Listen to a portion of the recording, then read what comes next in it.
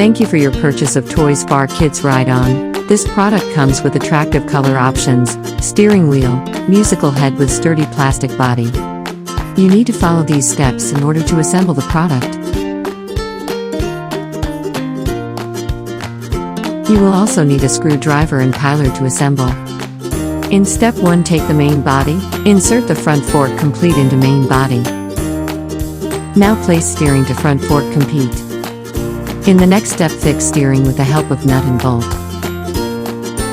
Step 5, attach the backrest to main body by hand pressing.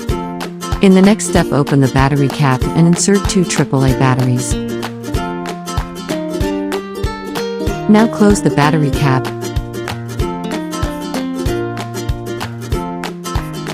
Step 9, fit the handrest with the backrest at 180 degrees right side and left side. Now lock the handrest in the steering with help the lock provided in the handrest. In the last step, fit parental handle to the backrest by the lock button on the parental handle. Your Toys Phase Cow Rider 3-in-1 is now ready to use.